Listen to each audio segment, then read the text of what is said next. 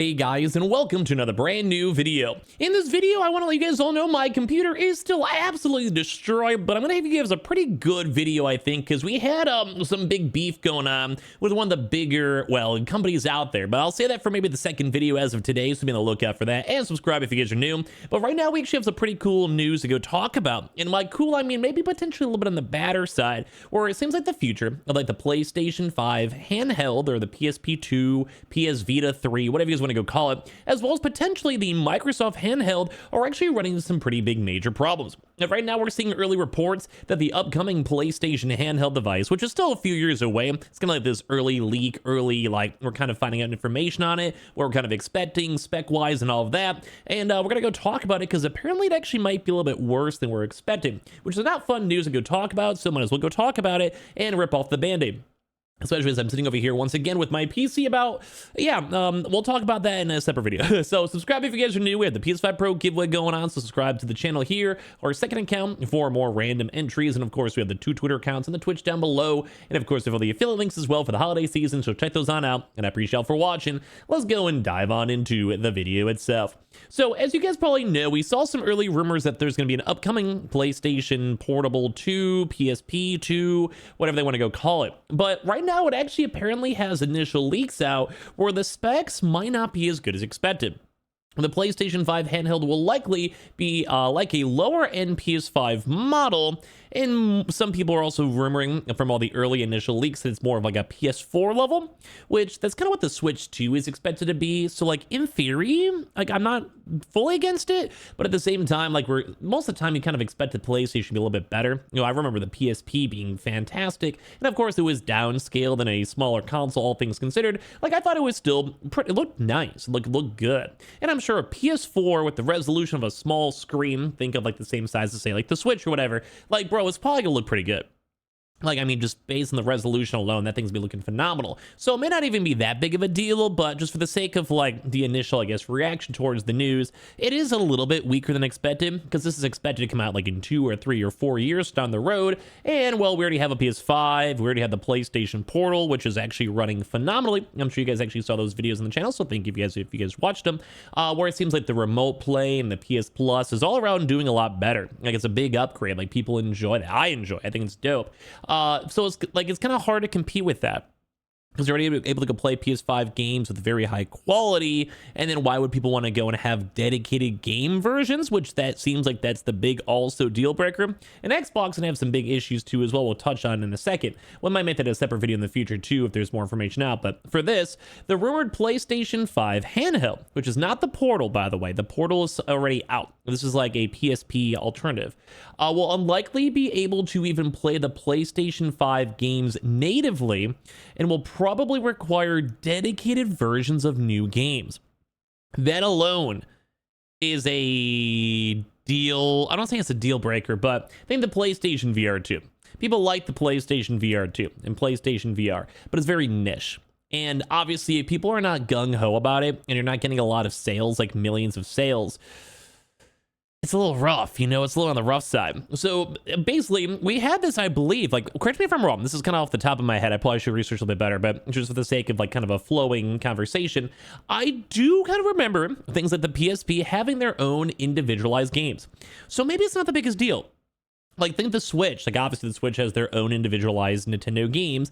And even, like, maybe a better example would be the Steam Deck. I haven't really seen the Steam Deck have their own individualized style games. Some games are kind of ported for it or customized for the Steam Deck, sure.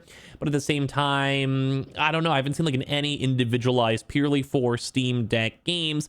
And that's probably what PlayStation would need. And I'm sure a lot of PlayStation Studio games, such as, like, God of War Ragnarok, Spider-Man 2, the usuals, would probably have their own way to get ported on over. Like, they're using the same PlayStation engine. I'm sure they have that built in mind, but third party is probably where things go a bit on the rougher side.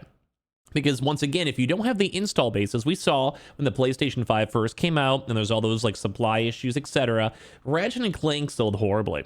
Like, there's no beating around the bush. That game was a dope game. I really liked it. People are still buying it. But, like, that game did not sell good. And a lot of it probably was because the PS5, it was a pure PS5 game, and the install base wasn't there.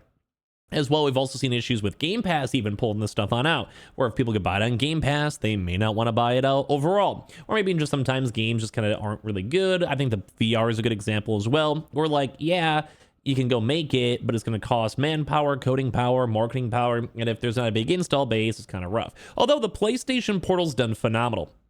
It's done very, very well. So at the end of the day, maybe it's not going to be that bad. Like, maybe it's all right. Saying, commenting on the recent rumors regarding Sony's return to the handheld market following the PS Vita, the tech experts at Digital Foundry made some interesting observations on what the system could actually be, highlighting it how it will not be able to run PlayStation 5 games natively.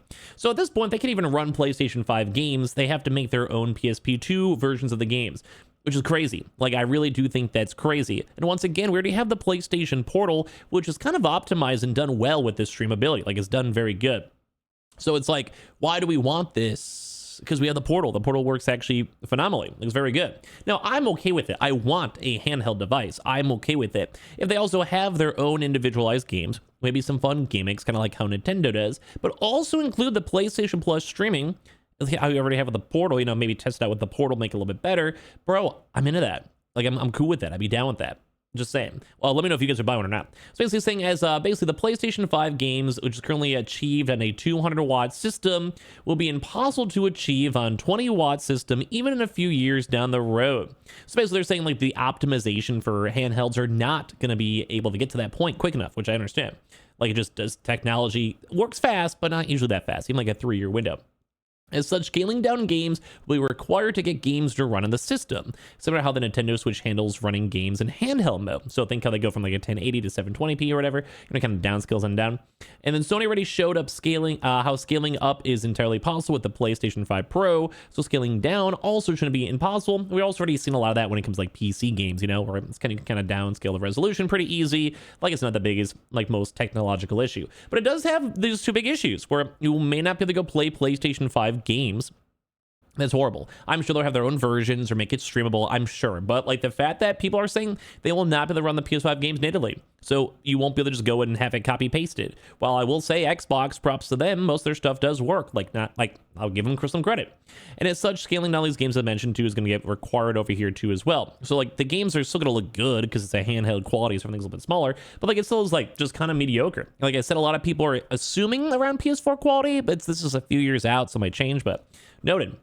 The real question is also how the scaling games down will be handled on this PS5, PlayStation 5 handheld.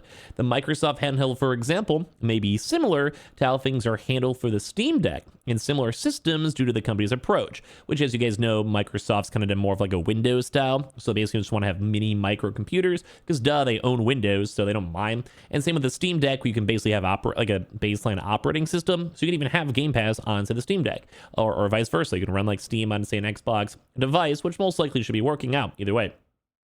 So basically for this one too, it's intriguing because it's letting the users tweak the graphic settings of the PC version of games to get games running decently. So basically it's just like you have, like I said, a mini PC. So if you want to go and deal with 15 frames, but is that 8K on your handheld device that can't run it, who cares? Like, it's not basically the PC integration, you're fine. And if you want to make it, I'm like 480p, but make it run 200 FPS, you can, because it's the power of customization. PlayStation is not usually as accessible as that. PlayStation usually is like, you run our operating system and you like it. We go from there.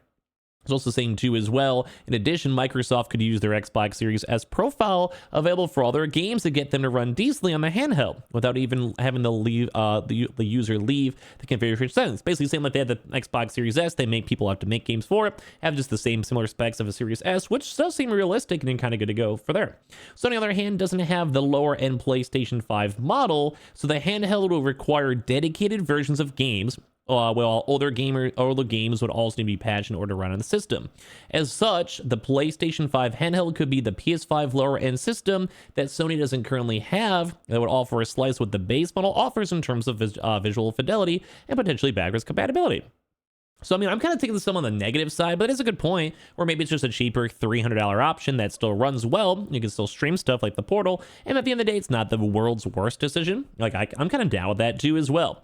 So they are still saying it's far from release. It'll be a very long time before we see these leaks too as well, but I do think like a PSP2 would do well. If it could sell over, let's say, 20 million install relatively quickly, I do think a lot of game companies, indies, mobile games, whatever, would be down to go port over the PlayStation. I think it's down. But if it doesn't sell well at the PlayStation VR 2, it'll probably be dead on arrival. And of course, unless it has cool PS Plus streaming, but once again, they already have it on the Portal. and that still will be relevant 2, 3, 4, 5 years down the road because it's more of just a remote play device. So once again, I'm kind of curious on their decision on this one because the Portal's great and I like it, but same thing on the other hand is like, what do we really want to have more handhelds? Like, what's the what's the purpose? What's the perk? So I want to hear your thoughts and comments, everything down below. Make sure you guys are subscribed with the notifications on for the PS5 Pro giveaway, gaming news. We have the Twitters and Twitches as well down below. And I appreciate y'all so much for watching here in the first place. All the affiliate links for everything else too down below. And I love you guys. Hopefully my PC can keep on getting fixed too as well.